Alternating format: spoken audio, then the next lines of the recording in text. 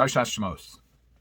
Parsha talks, among other things, about Moshe's birth and his development.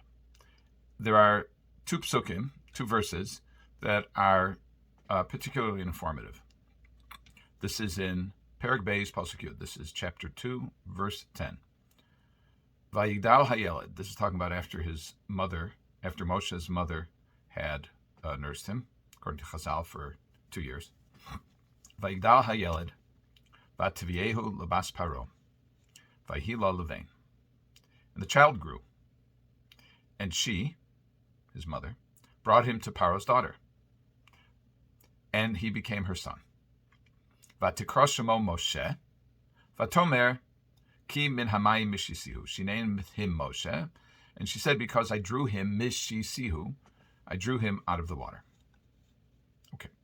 Next verse, that would be 11, Yudalef. Vayhi bayamim hahem vayigdal Moshe vayitzei lechav.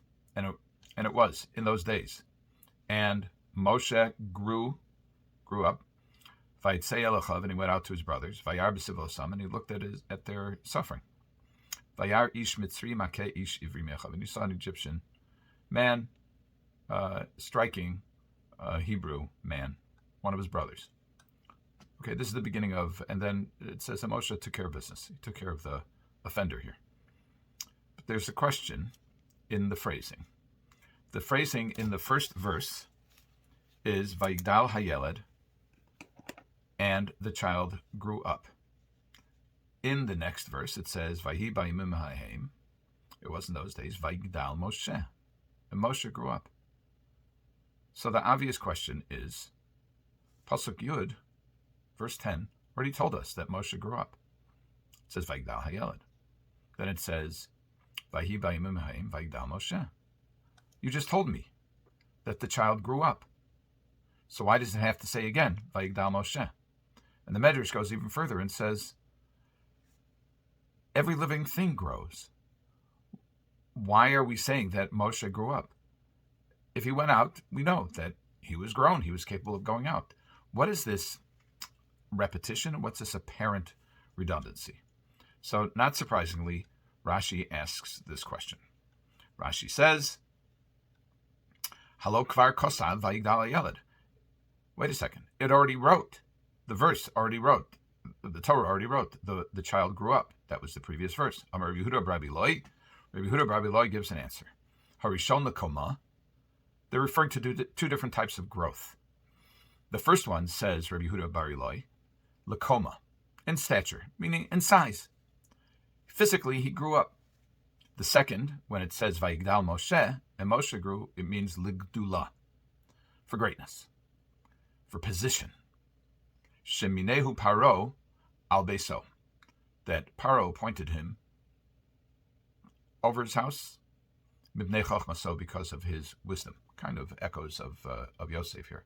This isn't a very heavily emphasized reading that Moshe was appointed in the palace, but this is based on a medrash that Moshe achieved a certain greatness. Now the Yalkut Shimoni says, Mahu sagdula. So Yalkut Shimoni does not say that Moshe's greatness, that this is referring to the second Vayigdal Moshe, is talking about Sheyatza el Echav, that he went out to his brothers. In other words, this, according to the Yalkut Shimoni, is the Gedula, is the greatness. The greatness is that he went out to his brothers. And Rashi actually continues this thought, and he says, Vayar b'sivosam, and he saw their travail, and Rashi says, Nosan einov v'libo lihios meitzar lehem.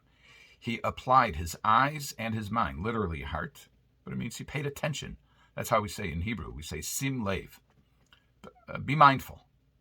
Nosan einov v'libo lihios meitzar lehem. He placed his eyes, he set his eyes and his mind to suffer with them, to be troubled by them. What exactly does this mean? What is the significance of Einav, Einayim, and Lev, of eyes and heart? Well, we know for example, from Kriyas Shema. The last chapter of Kriyas Shema says, V'lo sasuru acharei levavchem v'acharei einechem. You should not stray after your mind and after your eyes. And Chazal say there are various interpretations, but it says after your mind is minus and after your eyes is znus. Minus means heresy, thoughts of heresy. Znus means inappropriate sexual viewings. So how does this come to mean those things? Well, when we think about it, the eyes are mostly passive recipients of stimuli. They pick up various things around them, just like our other senses do. The eyes have a way of provoking the mind, and the mind also comes up with all kinds of crazy things, and we are guided not to pursue everything that comes up, not to pursue the various harmful thoughts that might arise or the various harmful views that we see, but rather we should control our minds and we should control our eyes. Now, one could just say controlling our eyes means lo sasuru, don't stray after them. In other words, these things are going to occur. From time to time, there will be thoughts. From time to time, there will be things that we see. And the question is, do we pursue them or do we ignore them? So in Kriya Shema, it says, ignore them. Don't go after them. A greater measure, a measure of greatness, is to use them for the service of HaKadosh Baruch Hu, for use them in the pursuit of moral behavior. So what Rashi is saying is, Nosan einav libo lios meitzar liam. This is Moshe, who is a prince. He dwells in the palace. He could easily have been involved in palatial endeavors, perhaps the intrigue of politics, perhaps the pursuit of enjoyment, of pleasure, whatever else is available, traditional, required, encouraged of a member of the royal family. And that's how he was treated. But yet, he set his mind, he set his eyes. Not only did he not ignore what he saw, he went out to seek the troubled, the pained, the suffering, and to do something about it. And this, Rashi is saying, is what is implied by the second Vayigdal. In other words, there are two separate things. The first one, the first Vayigdal Yeled, is talking about he grew physically.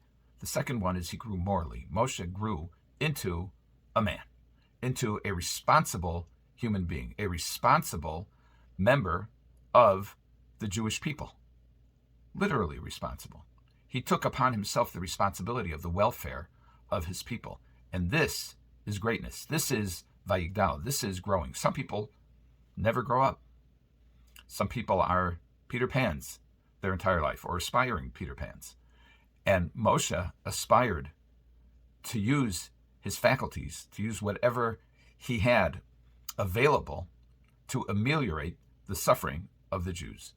This is a mark of greatness. Somebody who controls his own instincts, his own passions, and on the contrary, uses the sources of, or the recipients of the stimuli, and instead of allowing them to be passively impacted by the environment, to go out and to seek out ways in which he could make a difference.